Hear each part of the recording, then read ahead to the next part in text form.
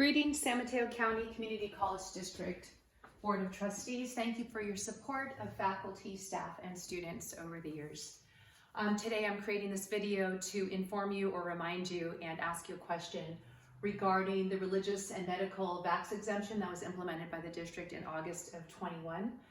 First, a couple of things to note and I brought up a long time ago on behalf of my students and faculty members, that the required, for a medical exemption, it was required that an MD or OD had to, you needed a note from an MD or OD, but there was left out that the licensed acupuncture, which qualifies as a primary caregiver in California, was excluded.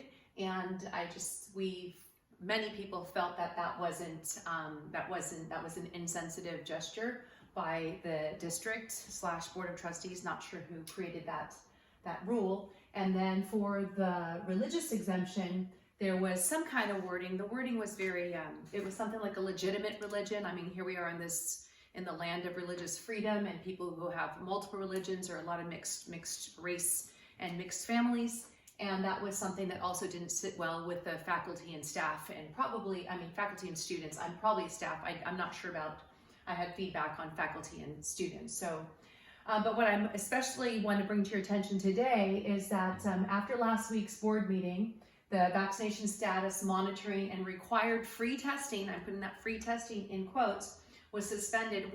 Many of us still have a lot of questions about what has come of the charges that were implemented.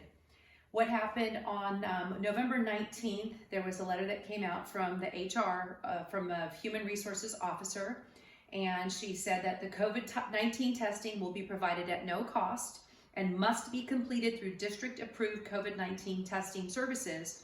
And she went on to say, failure to comply with these directives will result in disciplinary action up to and including termination. So it was very clear that this is what you had to do, and students received similar messaging that was threatening, and one student got suspended who was in one of my classes.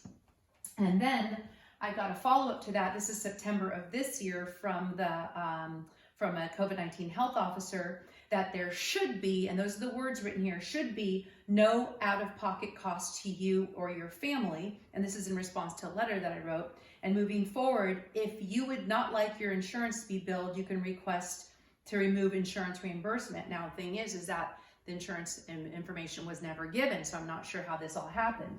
Anyway, what did happen is, suddenly, on June 2nd of this year, a $1,600 worth of charges went to the out-of-network cost, and that was from April, and then also in June an invoice for May, and then also in June got invoices for May, and then in June 22nd there's an invoice for February.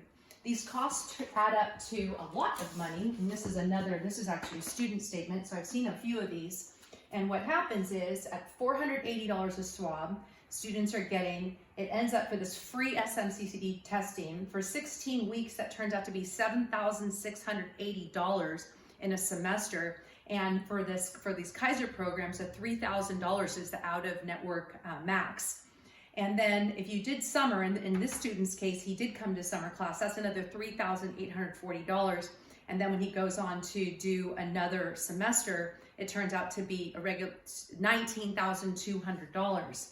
Now, $19,200 with a $3,000 out-of-network cost, are we going to suddenly be receiving a bill for this? A, we were told this wasn't going to happen, and B, we're not getting a straight answer. This should not be billed, is not working for us. So if you could please let us know how this is going to be handled if all of these people, my understanding it's close to 200 people, had this required testing if they had these exemptions on Quijano, CSM, Skyline, and the district office. So back to here, what I've mentioned in previous videos, if our BOT policies and practices are not good for our San Mateo County students and our student athletes and the faculty and staff, then what do we do, and how can you help us? We'd like to get to the bottom of this. Thank you very much. We appreciate your support. Thank you.